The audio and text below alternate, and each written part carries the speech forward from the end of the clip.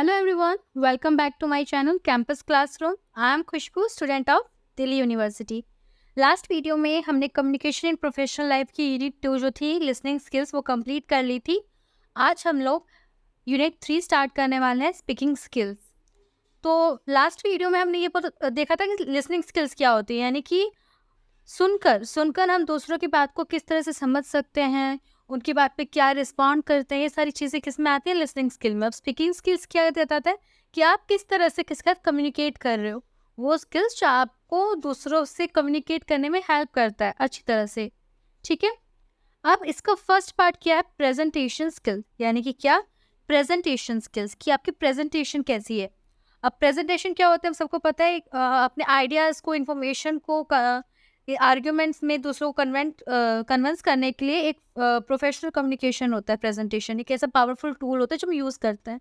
ठीक है, the ability to deliver a well crafted presentation whether to a small team और a big audience, यानी कि जो आपकी एबिलिटी है कि आप अपने प्रेजेंटेशन को, आपकी जो बात है, आप वो दूसरों के सामने किस तरह से प्रेजेंट करते हो, भले वो एक छोटी टीम हो या बहुत बड़ी लेवल पर हो, तो आप उनको किस तरह से प्रेजेंट करते हो और वो कितना सक्सेसफुल होता है, ये आप पर डिपेंड करता है। आपकी एबिलिटी जो होती है वो स्पीकिंग स्किल्स की एबिलिटी पे डिपेंड होती है।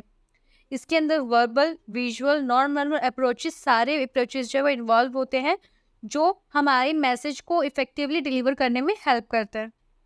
अब सिग्निफिकेंट एलिमेंट्स क्या है प्रेजेंटेशन स्किल्स के।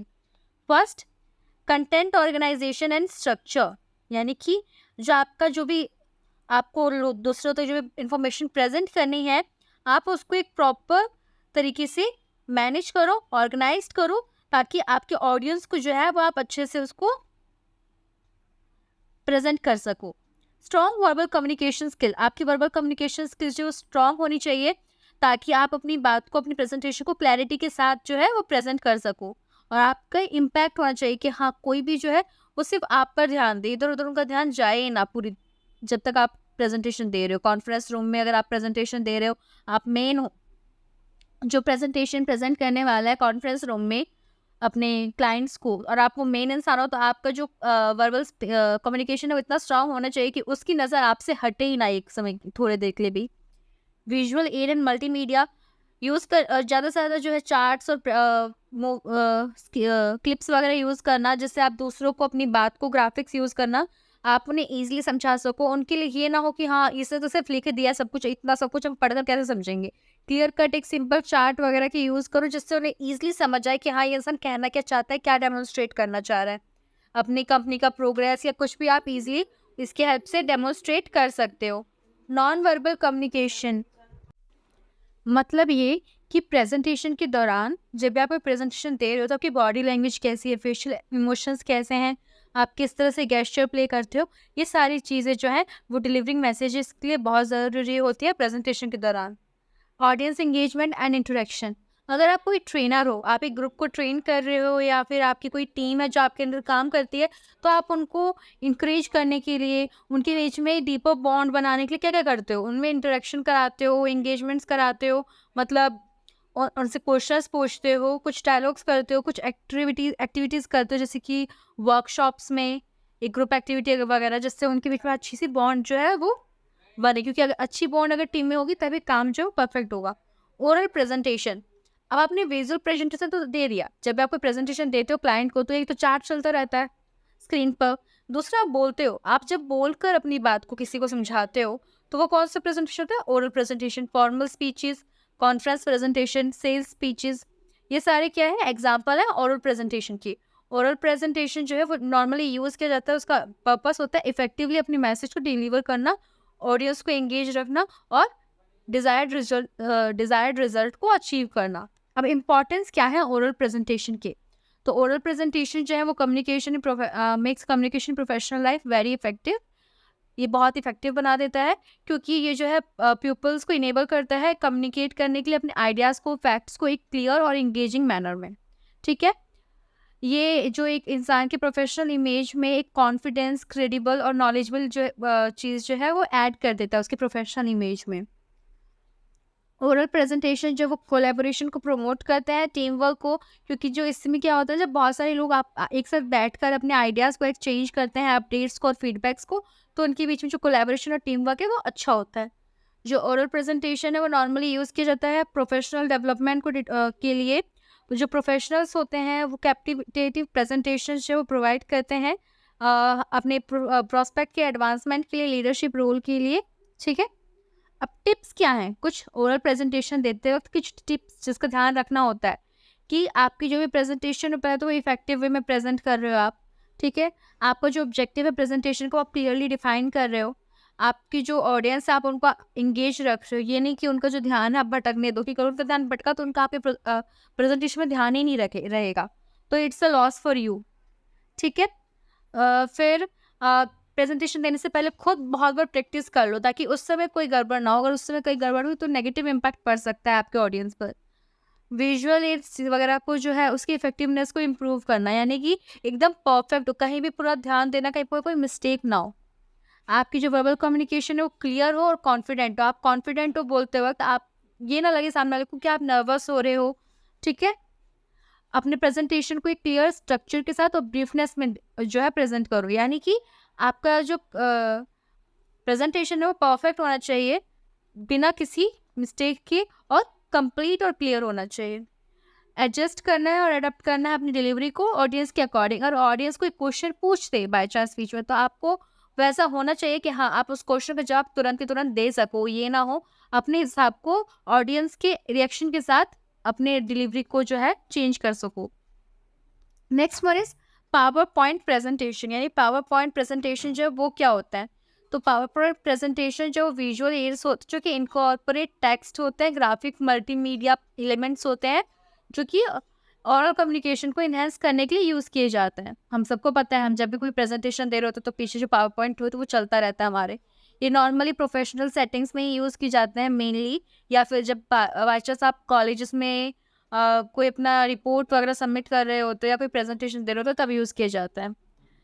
ये नॉर्मली माइक्रोसॉफ्ट पावर पॉइंट या फिर उससे रिलेटेड जो एप्लीकेशंस होते हैं उनका यूज़ करके जनरेट किए जाते हैं।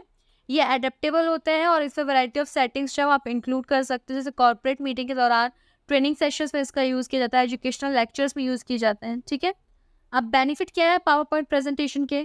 क्लैरिटी एंड स्ट्रक्चर, क्लियर और स्ट्रक्चर वे में होता है, विजुअल अपील होती है, टाइम मैनेजमेंट में होता है, कम्युनिकेशन एड अच्छी होती है, effective efficient information delivery, data representation होता है, और एंगेजमेंट, हम सबको एंगेज रखता है वो, इससे हमारा ध्यान जो इधर उधर नहीं जाता। अब टिप्स क्या है कुछ इसको एक पावर पॉइंट प्रेजेंटेशन को डिलीवर करने की? पहले तो मेन पॉइंट्स को आउटलाइन करना, एक क्लियर स्ट्रक्चर बनाना, बुलेट पॉइंट्स वगैरह को अच्छे से इन्हेंस करना है, ताकि मतलब अच्छे से बोल्ड कर देना ताकि वो इन्हेंस कर सके। जो विजुअल कंसिस्टेंसी हो प्रोफेशनल टेम्पलेट्स के साथ मेंटेन करके रखनी है, और फॉर्मेट को एक परफेक्ट वे में चलाना है। इनकॉर्पोरेट चार्ट, ग्राफिक्स वगैरह को जो है वो यूज़ करना है कंसेप्ट्स का। अपने खुद को पहले तो स्लाइड के साथ फैमिलराइज कर लेना उसके टाइमिंग के साथ, ताकि तुम्हें पता हो कि प्रेजेंटेशन के वक्त जो है मैं कोई गड़बड़ी ना करूँ, मुझे पता है कि नेक्स्ट स्लाइड जो है वो कौन सी आने वाली है।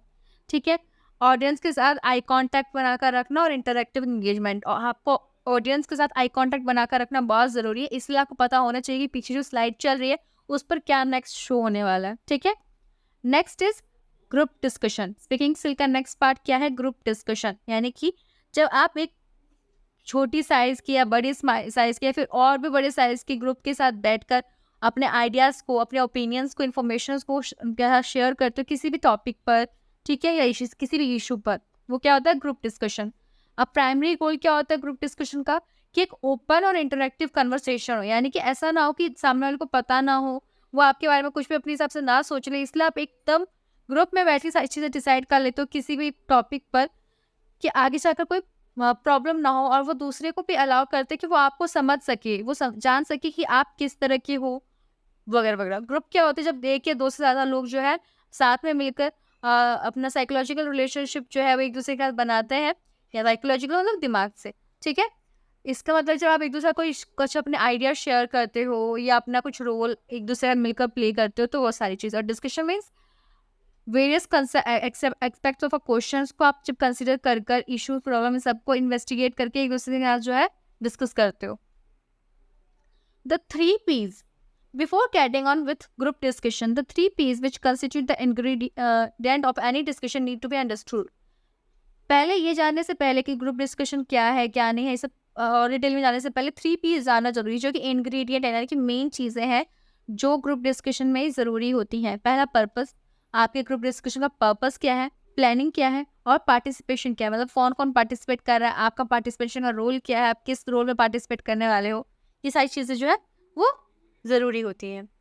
रोल ऑफ पार्टिसिपेंट, अब जो उन्होंने पार्टिसिपेट किया जो भी आपके ग्रुप में है उनका क्या रोल है. Communicate positively to facilitate decision making अच्छे से हो सके, इसलिए पॉजिटिवली कम्युनिकेट करना, कुछ भी नेगेटिव कमेंट ना हो या आप नेगेटिव वे में कुछ टॉक ना करो, इस बात का पूरा ध्यान रखना. इंपॉर्टेंट है कि आप वेल इन्फॉर्म्ड हो, जो भी आप डिस्कशन करने वाले हो उसके बारे में आपको पूरी जानकारी हो. जो गुड लिसनर बनना सबसे ज़रूरी है. हमने लिसनिंग स्किल में सीखा था, अगर आप गुड लिसनर नहीं हो तो कोई फ़ायदा नहीं है. और अपने आइडियाज़ को और व्यूज़ को दूसरों के सामने रखना. ठीक है. Rigidity is never a positive trait in a group. अगर आप अड़े हुए हो किसी बात पर तो वो एक बिल्कुल भी पॉजिटिव ट्रेट नहीं है एक ग्रुप में रहने के लिए. एक ग्रुप में रहने के लिए बिल्कुल भी सही गुण नहीं है. Analyse coherently and argue positively convince the other members to your viewpoint. यानी कि ये नहीं है कि झगड़ने लगो, आर्ग्यू करो बट थोड़े सही वे में, कि दूसरा वाला जो है वो आपकी बात को समझे, ना कि आपसे इरिटेट हो जाए और ग्रुप छोड़कर चला जाए. इंटरेक्ट करते वक्त ध्यान रखना कि तुम दूसरों की बात को सुनो भी, और वैलिड पॉइंट अगर उनकी बात में कुछ है तो उसको भी मानो. ये नहीं कि तुम अड़ गए हो अपनी बात पर. ठीक है. एक पेन और पेपर अपने साथ रखना, जिससे तुम दूसरों के जो व्यूज़ है उन्हें नोट डाउन कर सको, फिर देख सको कि हाँ इसमें से किसके व्यूज़ जो है वो ज़रूरी है और नहीं है. सबसे बात करो, सबको बोलने का मौका दो. ये नहीं कि या तो तुम ही से बोल रहे हो फिर तुम सिर्फ एक ही इंसान से बात करो. नहीं, हर किसी से बात करो, हर किसी को बोलने का मौका दो, तभी तुम लोग एक पॉजिटिव डिसीजन में पहुंच पाओगे. किसी को भी बुली नहीं करना है. अगर आप बाई चांस ही अपने ग्रुप में आप एक हायर पोजीशन पर हो या आपकी वैल्यू थोड़ी ज़्यादा है, तो उसका मतलब ये नहीं है कि आप दूसरों को बुली करो, कि आप दूसरों की कोई बात सुनो ही ना. Group discussions at business school. Business school में ग्रुप डिस्कशन किस लेवल पर होते हैं? तो जो ग्रुप डिस्कशन बिजनेस स्कूल में होते हैं वो टोटली डिफरेंट होते हैं नॉर्मल ग्रुप डिस्कशन के कंपैरिजन में. ठीक है. These are held to gauge what kind of a person you are and whether you can adapt yourself to work in a team both as a member and a leader. ये normally क्यों किया जाता है business school में? ताकि ये देखने के लिए कि आप किस तरह के पर्सन हो और क्या आप खुद को एक टीम के साथ अडेप्ट कर सकते हो एज अ मेंबर और एज अ लीडर. मतलब एक मेंबर के तौर पर और एक लीडर के तौर पर. कुछ ट्रेट्स, कुछ गुण जो ज़रूरी होते हैं एक सक्सेसफुल ग्रुप डिस्कशंस को डेवलप करने के लिए, सक्सेस करने के लिए. बिजनेस स्कूल में इनहेंस कम्युनिकेशन स्किल्स अच्छा होना चाहिए. क्रिटिकल थिंकिंग प्रमोट करो, यानी कि अगर सिचुएशन कोई क्रिटिकल सिचुएशन है तो आप उसमें थिंक कर सको, यानी कि आप नर्वस हो जाओ. टीम बिल्डिंग एंड कोलैबोरेशन, अपनी टीम के साथ अच्छी खासी मतलब कुछ एक्टिविटीज़ करते रहो ताकि आपके बीच में अच्छी कोलैबोरेशन बनती रहे और आप एक दूसरे को अच्छे से पहचान सको. कॉन्फिडेंस बिल्डिंग, अपना कॉन्फिडेंस बिल्डअप करो. Cultural sensitivity and diversity awareness, आप ये जानते हो कि आपकी टीम में कौन कौन से लोग हैं, उनकी क्या क्या डाइवर्सिटी है, उनके आप लोगों के बीच में, उसका पूरा अवेयर रखो ताकि आप अपने बात को रखते हो किसी और को कल्चर को नुकसान ना पहुंचाओ, किसी और के सेंटिमेंट्स को नुकसान ना पहुंचाओ. या फिर आप जहाँ पे प्रेजेंट करने वाले हो अपना ग्रुप डिस्कशन, उसका भी पूरा ध्यान रखना. डिसीजन मेकिंग स्किल होनी चाहिए आप में कि हाँ आप तय कर सको कि क्या डिसीजन जो है वो सही रहने वाला है. लीडरशिप डेवलपमेंट होगी इससे. कन्फ्लिक्ट रेजोल्यूशन जो है मतलब कन्फ्लिक्ट को सॉल्व करना आना चाहिए, रिजॉल्व करना आपको आना चाहिए. Being a team player and a leader. Team player कौन होते हैं? वर्क विथ अदर्स, जो दूसरों के साथ काम करते हैं. Is open to the view of others, दूसरों के व्यूज़ के लिए हमेशा मतलब दूसरों के व्यूज़ को सुनते हैं, समझते हैं. एक पॉजिटिव टीम स्पिरिट हो जिसमें. और लीडर कौन होता है? जो स्मूथ फंक्शनिंग ग्रुप की जो स्मूथ फंक्शनिंग हो इस बात को ध्यान में रखता है. Helps to coordinate the views of different members की जो व्यूज़ होते हैं उनका कोऑर्डिनेट करता है. पॉजिटिवली कंट्रीब्यूट करता है और वैल्यूएबल इंसाइट देता है. इंस्पायर करता है और मोटिवेट करता है दूसरे मेंबर्स को, और हेल्प करता है कि जो हमारे ग्रुप का गोल है हम उसे अचीव कर सकें. Next topic is telephonic skill. Telephonic skill क्या है? आपकी वो एबिलिटी जिसमें आप इफेक्टिवली कम्युनिकेट कर पा रहे हो और इंटरेक्ट कर पा रहे हो दूसरों के साथ फ़ोन पर. बहुत सिंपल है, नाम से पता चल रहा है क्या है इसमें. अब तक हम सारे स्किल्स के बारे में पढ़ चुके हैं, इसलिए ये वो अब नाम से आप लोगों के लिए पता लगाना बहुत मुश्किल नहीं होगा. ठीक है. इसके अंदर कौन कौन से स्किल्स जो असेंशियल है? पहला, प्रोफेशनल और पर्सनल सिचुएशन को. ठीक है. जैसे कि बिजनेस कॉल पर हो, आप कस्टमर सर्विस इंटरेक्शन कर रहे हो, जॉब इंटरव्यूज या फिर और से ज़्यादा. ठीक है. स्ट्रॉन्ग टेलीफोनिक स्किल्स का मतलब है कि आपकी जो स्पीच है वो क्लियर होनी चाहिए, एक्टिव लिसनिंग होनी चाहिए, प्रॉपर एटिक्यूट होना चाहिए और जो एबिलिटी है कन्वे करने की इन्फॉर्मेशन को वो एक्यूरेटली और प्रोफेशनली होनी चाहिए। अब एडवांटेजेस क्या हैं ऑफ यूजिंग अ टेलीफोन? पहला, using a telephone of real time communication. Real time communication होता है यानी कि आप तुरंत के तुरंत जिस समय बात कर रहे हो उसी समय आप एक दूसरे कम्युनिकेट कर पा रहे हो। क्विक इन्फॉर्मेशन एक्सचेंज होता है, जो आपकी इन्फॉर्मेशन है वो क्विकली एक्सचेंज होती है। इंटरपर्सनल कनेक्शन है, इनहेंस करता है। एफिशिएंट बिजनेस कम्युनिकेशन अलाउ करता है, इनेबल करता है इमरजेंसी कॉन्टैक्ट्स। अगर आपके टेलीफोन के थ्रू आप इमरजेंसी कॉन्टैक्ट भी कर सकते हो। इंश्योर करता है कि जो rapid responses in critical situation के लिए रैपिड रिस्पॉन्स हो सकते हैं इसके थ्रू। डिसएडवांटेजेस सब क्या है? एडवांटेज समझ आ गया कि आप उसी समय कम्युनिकेट कर रहे हो, तुरंत के तुरंत एक्सचेंज कर रहे हो, इमरजेंसी में कॉन्टैक्ट कर सकते हो, सब चीज़ कर सकते हो। बट अब डिसएडवांटेजेस क्या हैं? पहला, at times when one calls the answering machine और secretary becomes a barrier to communication. यानी कि जब आप कॉल करते हो तो या तो आपके फ़ोन में अगर कोई प्रॉब्लम है या फिर अगर आप किसी बड़ी कंपनी में काम कर रहे हो, आपका सेक्रेटरी है कोई, तो कम्युनिकेशन के बैरियर बन जाता है। या तो मशीन की प्रॉब्लम की वजह से कि या कोई नॉइज़ है आपको क्लियरली सुनाई नहीं देती, या फिर अगर आपके सेक्रेटरी ने बात अच्छे से नहीं समझी तो आपको प्रॉब्लम हो सकती है। आपको जो क्लियरली जो है वो सिर्फ़ और सिर्फ़ आपकी वॉइस पर डिपेंड रहना होता है। यानी कि आप सामने वाले की जो नॉन वर्बल कम्युनिकेशन यानी उसके एक्सप्रेशंस, उसके गेस्चर, ये सब नहीं देख पा रहे हो। आपको नहीं पता कि वो जो बोलना चाह रहा है वो किस वे में। अक्सर ऐसा होता है कि लोग जो फ़ोन पे आपसे एक मज़ाक करते हैं बट आप सोचते हो कि शायद वो सीरियस है, और ये बहुत बड़ा मिसअंडरस्टैंडिंग क्रिएट कर देता है। ठीक है? इसके लिए आपकी एक्सेंट अच्छी होनी चाहिए, प्रोनाउंसिएशन परफेक्ट होनी चाहिए, वोकैब्युलरी आपकी एक्सीलेंट होनी चाहिए। ठीक है? जो टेलीफोनिक नेटवर्क है is not full proof and dangerous of cross connection. कभी-कभी क्या होता है टेलीफोनिक नेटवर्क में सबको पता है क्रॉस कनेक्शन लग जाता है। अगर ज़्यादा समय तक आपका कोई आप जिस समय पे कॉल कर रहे हो तो वो कॉल ना उठाए, या फिर वो इस वक़्त किसी नेटवर्क एरिया में नहीं होते तो क्रॉस कनेक्शंस लग जाते हैं। तो वो फुल प्रूफ भी नहीं है कभी-कभी। तो समटाइम्स यू मिस और इंटरप्रेट सम इन्फॉर्मेशन। यानी कि कभी-कभी क्या होता है जो आपको सामने वाला समझाना चाह रहा है आप वो नहीं समझ पाते हो, या फिर आप समय से समय पे कॉल जो है वो रिसीव नहीं करते हो, तो जो है बहुत सारे प्रॉब्लम्स को ये लीड करता है।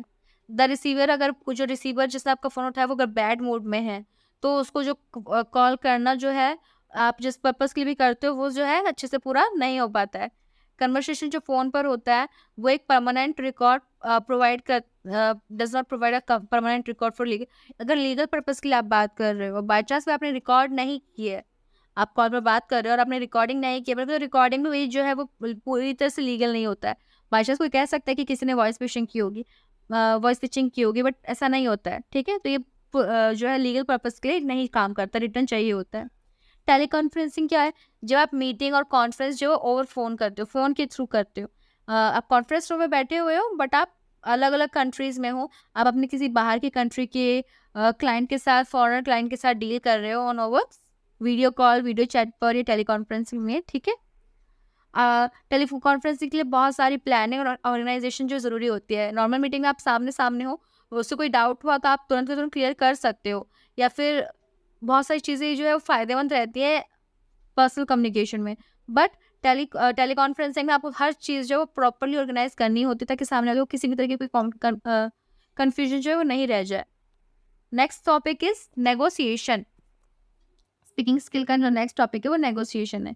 यानी कि वो नेगोशिएशन जो है इंटरेक्शन है, इंक्लूडिंग एटलीस्ट 2 पार्टीज़, जिसमें कम से कम 2 पार्टीज़ हों, जो कि सैटिस्फैक्टरी गोल के लिए एटलीस्ट 1 इश्यूज़ जो है उसको लेकर आपस में जो है शो करती हैं।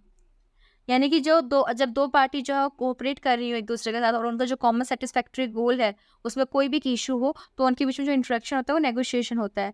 यानी कि ये नॉर्मली फॉर्मल और कैज़ुअल दोनों सर्कमस्टांसेस में होता है। फॉर्मल में जैसे कि अगर कोई आपके कोई काम कर रहा है, आपके लेबर ने डिस्प्यूट किया या फिर यूनियन ने स्ट्राइक कर दिया है, रिक्वेस्ट है कोई लेबर की, तो ये क्या हो गया? ये फॉर्मल डिस्कशन का जो नेगोशिएशन होता है वो होता है। और कैज़ुअल वाली सिचुएशन में जब 2 इंडिविजुअल्स के बीच में कोई मीटिंग हुई हो, ठीक है? वो समय से पहले जो डिसाइड ना की गई हो, ठीक है? अब प्रोसेस क्या है नेगोशिएशन का? तो negotiation is a complex process. इसमें बहुत सारे स्टेजेस होते हैं और एक ये बहुत ही कॉम्प्लेक्स जो है प्रोसेस होता है। बहुत सारे जो रिसर्चर्स हैं वो उन्होंने एग्री किया है कि जो नेगोशिएशन है उसकी जो मेन है वो 4 ब्रॉड स्टेजेस हैं। यानी कि 4 स्टेजेस में जो है ये नॉर्मली डिवाइडेड है। पहला, opening a negotiation, exchange of information, change of position और क्लोजिंग।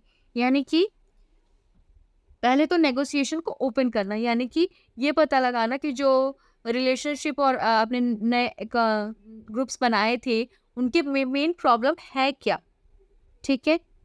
एनालाइज करो कि दूसरे साइड से क्या मतलब चीज़ें चल रही हैं और रिलेशनशिप कैसे फॉर्म हो रहे हैं। दूसरा, एक्सचेंज ऑफ इन्फॉर्मेशन। आप जो है इन्फॉर्मेशन अपने एक्सचेंज करते हो, ये सोचकर कि जो नेगोशिएशन जो है वो दोनों पार्टी के लिए अच्छे से हो जाए और ईच पार्टी जो है वो उसको उनकी जो भी नीड्स है, रिसोर्सेज हैं, उन सबको ध्यान में रखते हुए ही करते हो, ठीक है? Change of position. अब जो कंसर्न पार्टीज हैं वो कोशिश करती हैं कि जो नेगोशिएट इश्यूज हैं वो उनके एडवांटेजेस क्या क्या हैं, ठीक है? हर दोनों पार्टीज जो ट्राई करती हैं एक दूसरे के पॉइंट ऑफ व्यू को एक्सेप्ट करने की, ठीक है, और कॉम्प्रोमाइज़ करने की, ताकि दोनों को ही बेनिफिट हो, किसी को भी जो है नुकसान ना हो। क्लोजिंग। फाइनल स्टेज पर जो पार्टीज हैं उन्होंने अब बार्गेन कर लिया इशू पे कि क्या प्रॉब्लम है, उनके एडवांटेजेस क्या क्या मिलने वाले हैं, सब डिस्कस कर लिया। अब जो दोनों पार्टी हैं वो कोशिश करेंगे कि बेस्ट पॉसिबल डील जो है वो दोनों को मिल जाए। अब according to American researcher, a typical bargaining negotiation goes through 9 stages. उनके थ्रू क्या है कि 9 स्टेजेस से जाते हैं, यानी कि पहला ओपनिंग, आपने ओपनिंग किया, फिर आपने एक्सचेंज किया, फिर आपने अपनी first price, planning, discussion of product, ये सारी चीज़ें की, फिर जाकर आपने बार्गेन किया, यानी कि फिर अपने प्राइस के बारे में सोचा, फिर आपने प्री क्लोज यानी क्लोज करने से पहले पूरी चीज़ें जो है वो डिसाइड कर ली, ठीक है? ये सारे स्टेप्स हैं। अब नेक्स्ट क्या है? इफेक्टिव नेगोशिएशन, यानी कि नेगोशिएशन, इफेक्टिव नेगोशिएशन क्या है? To achieve the best result there are 2 types of negotiation strategy. Best result लाने के लिए 2 तरीके की नेगोशिएशन स्ट्रेटेजीज होती है, पहला कोऑपरेटिव, दूसरा कॉम्पिटिटिव। जो नॉर्मली जो बेस्ट यूज होता है वो इन दोनों के कॉम्बिनेशन का ही होता है। जब भी पॉसिबल हो कोशिश करो कि इन दोनों का कॉम्बिनेशन हो, यानी कोऑपरेटिव भी हो और कॉम्पिटिटिव भी हो। सम स्ट्रेटेजीज जो इफेक्टिव नेगोशिएशन के लिए है, वो क्या है? पहले तो पॉजिटिव और नॉन एग्रेसिव डिमेन्योर जो है वो नेगोशिएशन टेबल पर बनाकर रखना, कि कोशिश कोशिश करना हो कि आप जो है पॉजिटिव रहो और नॉन एग्रेसिव रहो, यानी कि आप गुस्सा ना करने लगो। बिना किसी बात की आप गुस्सा कर कर अपने सामने वाले क्लाइंट को या किसी को भी इरिटेट ना कर दो। Okay, next one is try to persuade and convince the opposing party of the benefit. मतलब दूसरी पार्टी को कोशिश करो कि आप मना सको कि वो मान जाए और आपकी जो भी आपकी डील है उसको एक्सेप्ट कर ले। आपके जो भी आप उसे आइडियाज़ दे रहे हो वो मतलब उसको लेके मान जाए और उसकी बेनिफिट्स को समझे। अपने अपने पॉइंट ऑफ व्यू को उसको एक्सप्रेस करो और उसकी बात को भी सुनो। यानी कि सिर्फ अपना ये नहीं कि तुम सिर्फ ये कोशिश करो कि तुम उसको मना लो, नहीं, तुम्हें उसकी बातें सुननी होगी। कोशिश करना हो कि दोनों की कुछ-कुछ बातें मानी जाए और दोनों की ही प्रॉब्लम जो है वो सॉल्व हो सके। दूसरा, दूसरे को इंटरप्ट मत करो। जब भी वो अपनी तरफ की बात कर रहे हो तो उसे इंटरप्ट मत करना, इससे ज़्यादा से ज़्यादा जो बात है वो बिगड़ सकती है, सही सुधरेगी नहीं। एक कॉर्पोरेट और ऑप्टिमिस्टिक एटमॉस्फेयर को मेंटेन करके रखना। कोशिश करना कि तुम अगर कोई क्वेश्चन पूछो भी तो वो एकदम काम टोन में पूछो, कि दूसरा वाला जो बंदा है वो एग्रेसिव ना हो या फिर उसको ऐसा ना लगे कि तुम एग्रेसिव हो, ठीक है? सेटलमेंट, इफ अगर यहाँ पर कोई भी सेटलमेंट और हीटेड आर्ग्यूमेंट जो है वो हो, तो उससे पहले ही कोशिश करो कि ब्रीफ ब्रेक जो है वो ले लो, ठीक है? और दोनों पार्टी जो है वो काम हो सको, शांत हो सको, और फिर एक दूसरे को दोबारा से जो प्रपोजल है उसे री एग्जामिन करने का मौका दो। अपने पर्सनल प्रेफरेंसेस और ईगो को बीच में बिल्कुल मत लाना, उससे सिर्फ और सिर्फ बात जो है वो पूरी तरह बिगड़ सकती है। पूरी डिस्कशन जो भी तुमने की है उसको एक तरफ से समराइज करो, मतलब एक जगह सोच लो, समझ लो, समराइज करो, ताकि किसी भी तरह की कंफ्यूजन जो है वो आगे जाकर ना हो। लीगल क्लोज जो है उसको ऐड करना बिल्कुल मत भूलना। जब भी रिक्वायर्ड हो तो मेक श्योर करना कि जो अपने नेगोशिएशन कंसर्न जो है वो प्रॉपर वे से जाए, एक प्रॉपर लीगल वे के थ्रू जो है होकर जाए। इंटरव्यू होता क्या है? तो interview two way of exchange of information. जो एक इंटरव्यूअर और एक इंटरव्यू जिसको जॉब चाहिए होता है, जो जॉब दे रहा होता है, उन दोनों के बीच में एक्सचेंज ऑफ इन्फॉर्मेशन जो होती है, जो बातचीत होती है, उसे इंटरव्यू कहते हैं। इंटरव्यूज जो है वो कंडक्ट किए जाते हैं जॉब्स के लिए, मीडिया के लिए, एडमिशन्स के लिए, ठीक है? The person who ask question is known as interviewer. जो क्वेश्चन पूछता है वो इंटरव्यूअर होता है और जो आंसर देता है वो इंटरव्यू होता है। अब जॉब इंटरव्यू, 2 तरीके के इंटरव्यू होता है, कई तरीके के होते हैं। यहाँ हमने सिर्फ 2 हमारे टॉपिक्स में है, जॉब इंटरव्यू और ऑनलाइन इंटरव्यू। तो जॉब इंटरव्यू होता क्या है? एक फॉर्मल इंट्रोडक्शन जो इंटरव्यू और इंटरव्यूअर के बीच में होते हैं, जैसे जॉब चाहिए होती है, उसकी एबिलिटी को, उसकी एलिजिबिलिटी को, ये सब चीज़ों को चेक करने के लिए जो ली जाती है। जो जॉब इंटरव्यूज़ होते हैं वो एम्प्लॉयर को बताता है कि जो जिस पर्सन को चूज़ करने जा रहा है, क्या वो राइट कैंडिडेट है उसके उस पोजीशन के लिए, उस जॉब के लिए, ठीक है। जॉब इंटरव्यूज़ कई तरीके से होता है, फेस टू फेस होता है, टेलीफोनिक होता है, वीडियो इंटरव्यू और पैनल इंटरव्यू, ठीक है। यहाँ मैंने एक एग्जांपल दिया है फेस टू फेस इंटरव्यू का, आप इसे डिटेल में देख सकते हो। यहाँ भी मैं थोड़ा सा पॉज कर रही हूँ, तो आप पॉज करके इसे रीड कर लीजिएगा सिंपल लैंग्वेज में, तो आप लोगों के लिए बहुत ही ईजी होगा इसे समझना, ठीक है। और इसकी जो पीडीएफ है आप मेरे टेलीग्राम चैनल से ले सकते हो, तो वहाँ कंप्लीट पीडीएफ मिल जाएगी, तो आप उसको ईजिली मतलब आराम से अपने अकॉर्डिंग आराम से बैठ के इसे रीड कर लेना।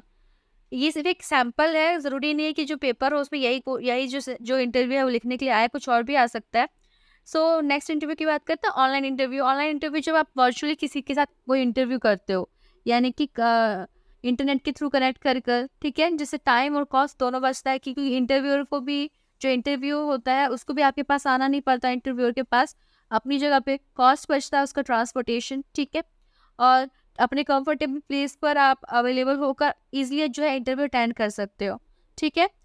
जो टेक्निकल, बट हाँ इसमें कुछ प्रॉब्लम्स भी होती हैं। इसके एडवांटेज तो हो गए कि टाइम और कॉस्ट को सेव करता है और अपने कंफर्ट वाले प्लेस पर स्टे करके ही इंटरव्यू को अटेंड कर सकते हो। बट जो टेक्निकल इश्यूज होते हैं इंटरनेट में या फिर डिवाइस में, वो एक डिसएडवांटेज होता है ऑनलाइन इंटरव्यू के लिए। और जो पर्सनल कम्युनिकेशन स्किल में अच्छा नहीं होता है, उसकी बॉडी लैंग्वेज ना मतलब शो होने की वजह से हो सकता है कि जो इंटरव्यूअर है वो आपसे सेटिस्फाइड जो है वो ना हो। Next, persuasion skill. अब परसुएशन स्किल्स क्या होते हैं? हमारी एबिलिटी जिससे हम दूसरों को अपनी बात मनवा सकें और उनके जो भी दिमाग में आइडियाज़ चल रहे हैं हम उसको इन्फ्लुएंस कर सकें, ठीक है।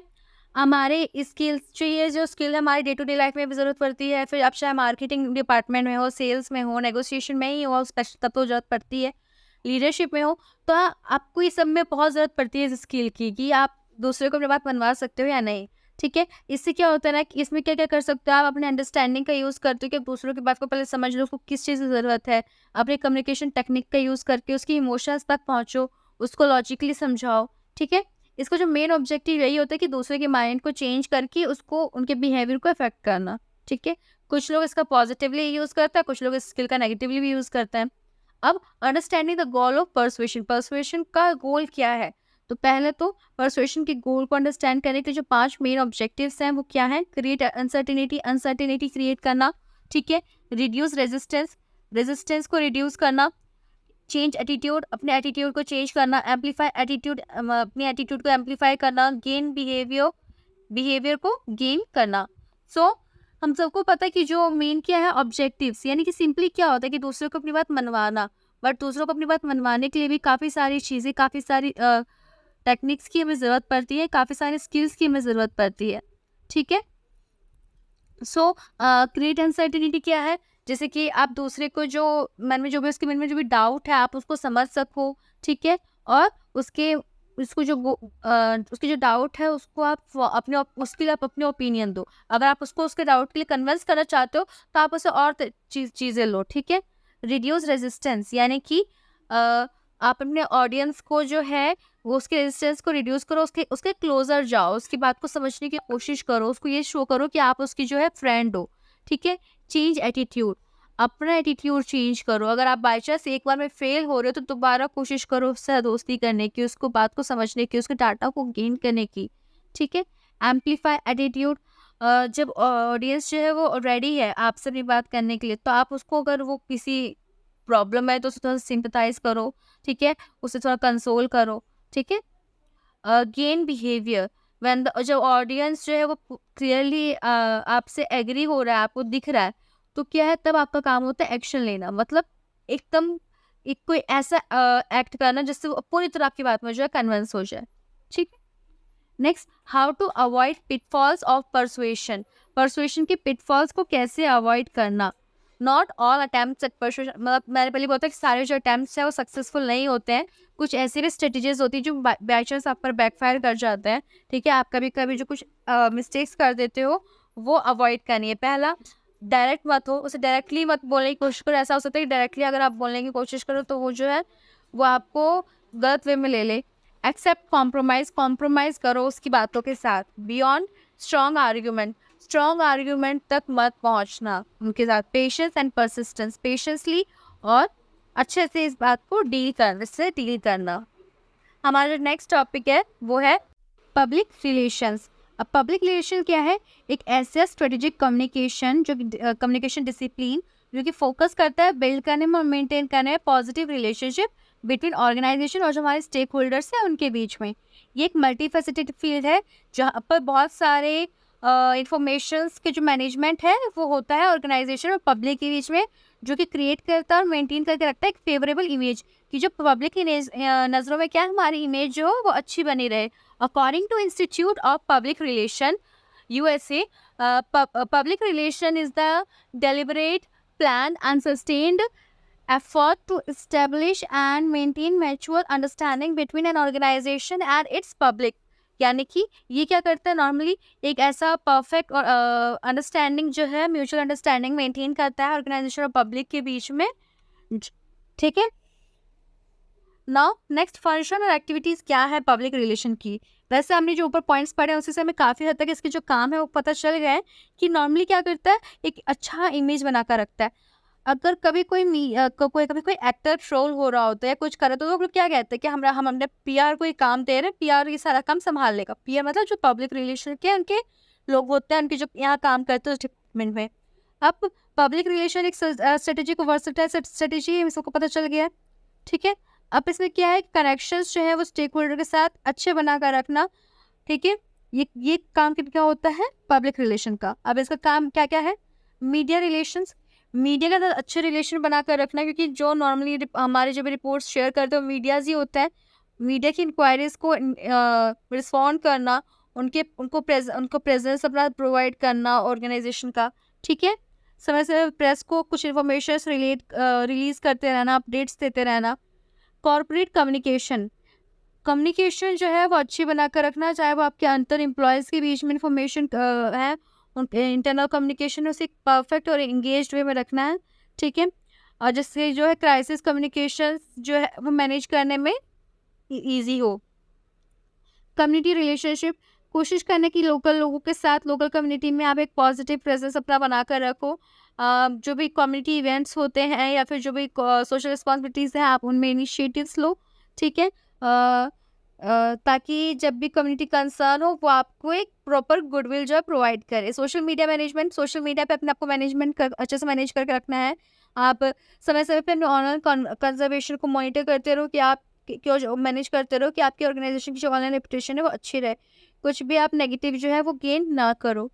ठीक है, ऐसे कंटेंट शेयर करते रहना जो कि आपकी ऑर्गेनाइजेशन की ब्रांड और वैल्यू को अच्छे यहाँ करे, इन्हेंस करे। एम्प्लॉय रिलेशन, अपने एम्प्लॉयज़ के साथ अच्छे रिलेशन बनाकर रखना, क्योंकि जो इंटर कम्युनिकेशन कैंपेन्स होते हैं वो एम्प्लॉय के मॉरल और कमिटमेंट को क्या करते हैं, इन्हेंस करते हैं। तो उनके साथ ऐसी चीज़ें बनाकर रखना, इससे क्या होता है वर्क प्लेस कल्चर जो पॉजिटिव रहता है। गवर्नमेंट रिलेशन, गवर्नमेंट के साथ ऑफिशियल्स के साथ अच्छे रिलेशन बनाकर रखना, पॉजिटिव और लीगल वे में अपने काम करना सारे।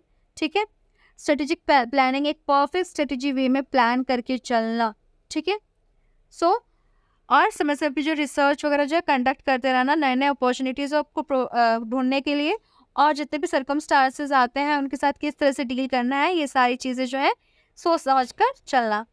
तो इसी के साथ जो हमारे फंक्शंस हैं पीआर की वो भी कंप्लीट होते हैं। पीआर टॉपिक भी कंप्लीट हो गया, परसुएशन स्किल्स, सारे टॉपिक्स जो है हमारे वो कंप्लीट हो गए हैं। इसकी जो पीडीएफ है वो आपको हमेशा की तरह टेलीग्राम चैनल पे मिल जाएगा। कोई भी डाउट हो तो आप लोग कमेंट सेक्शन में डाल सकते हैं। आई होप वैसे तो कोई डाउट हो ही ना, एकदम मैंने सिंपल लैंग्वेज में कोशिश की है, बट फिर भी अगर आप कोई भी डाउट हो तो आप कमेंट सेक्शन में डाल सकते हैं। I will try to solve your doubts. Alright, तो प्लीज़ मेरी वीडियो अगर आपको अच्छी लगी तो इसे लाइक कीजिएगा, चैनल को सब्सक्राइब कर लीजिए। कोशिश करूँगी आपको जल्द से जल्द इन्फॉर्मेशंस और नए नए वीडियोज़ जो है प्रोवाइड कर सकूँ पेपर से पहले। अगर आपको कोई भी डाउट हो या आप कोई भी स्पेशल कोई दूसरी जो है वो चीज़ चाहते हो तो आप मुझे बता सकते हैं। मैं कोशिश करूँगी कि आपको दूसरे सब्जेक्ट के नोट्स भी जल्द से जल्द प्रोवाइड कर सकूँ। ओके देन, तो इस वीडियो के लिए इतना ही। Bye bye, have a nice day, stay safe, stay healthy.